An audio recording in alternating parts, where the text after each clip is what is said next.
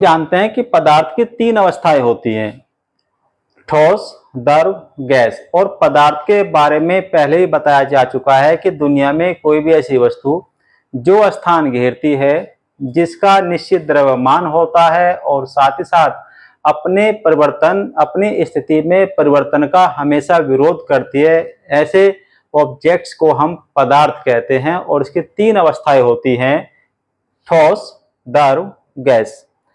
तो क्या है, पदार्थ की इन तीनों ही अवस्थाओं पर दाब और तापमान का प्रभाव पड़ता है या नहीं पड़ता है? तो इस वीडियो में हम आज इसी टॉपिक पे बात करने वाले हैं। क्या दाब और तापमान इतने प्रभावशाली हैं कि वो द्रव को ठोस में, ठोस को गैस में और गैस को द्रव में बदल सकते हैं? तो ऐसी अवस्थाओं को जब ये आपस में इंटरचेंज करती हैं तो क्या कहते हैं? इस वीडियो में, इस टॉपिक्स में आपको बहुत सारे सवालों के जवाब मिलने वाले हैं। बने रहिए वीडियो पे, स्किप मत करना, पूरा देखना है। तो जैसे हम बात कर रहे हैं, जब हम किसी द्रव को ठोस में बदलेंगे तो हमें टेम्परेचर कम करना पड़ेगा। एग्जाम्पल के रूप में देखें तो जैसे यदि हमें पानी से बर्फ जमाना हो तो हमें टेम्परेचर को धीरे धीरे डाउन करना पड़ेगा।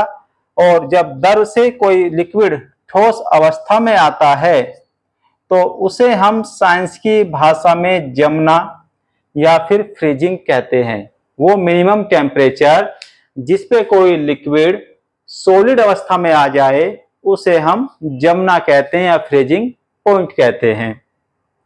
अब यदि हमें किसी ठोस को द्रव में बदलना हो तो उसके लिए हमें क्या करना है? उसके लिए भी एक ऐसे टेम्परेचर की जरूरत पड़ेगी जब हम ठोस से उसको द्रव में परिवर्तित कर दे, तो हमें इसके लिए टेम्परेचर को बढ़ाना पड़ेगा।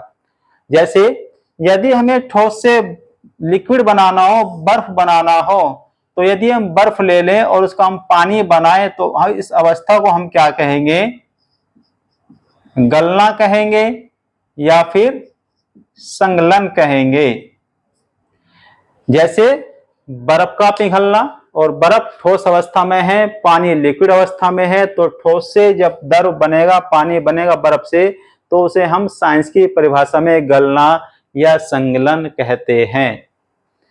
अब ये देखें, क्या कोई ऐसी अवस्था भी है जब द्रव सीधा ही गैस में परिवर्तित हो जाए? जी हां, जब द्रव गैस में परिवर्तित होता है तो इस प्रकार की प्रक्रिया को हम वाष्पीकरण कहते हैं। जैसे कपड़ों का सूखना, कपड़े हमने गीले कर रखे हैं और उनको तार पे फैला दिया, और जैसे हवा में यदि नमी की मात्रा ज्यादा है तो देर से सूखेंगे, और हवा बिल्कुल शुष्क है जैसे मई और जून के महीने में चलती है तो कपड़े बहुत जल्दी सूख जाते हैं।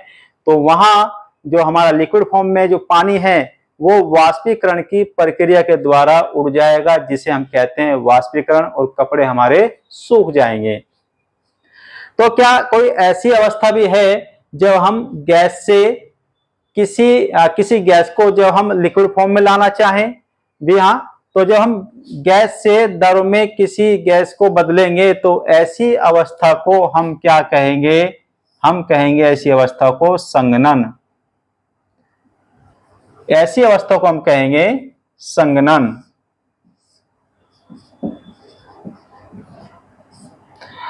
अब बात करते हैं द्रव का ठोस का गैस में बदलना या गैस का ठोस में बदलना। तो इस प्रकार की जो प्रक्रिया होती है, जब ठोस बिना द्रव में बदले सीधा गैसीय अवस्था में आ जाए, तो इस प्रकार की प्रक्रिया को हम कहेंगे उदरोपातन।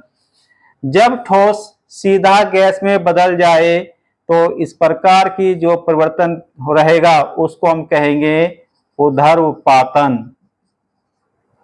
जैसे कपूर, यदि हम कपूर को धीरे धीरे गर्म करें तो कपूर ठोस से सीधा गैस में परिवर्तित हो जाएगा, और जो बीच की जो स्टेट है लिक्विड फॉर्म, उसमें वो नहीं बदलेगा और वो सीधा ठोस से गैस में परिवर्तित हो जाएगा।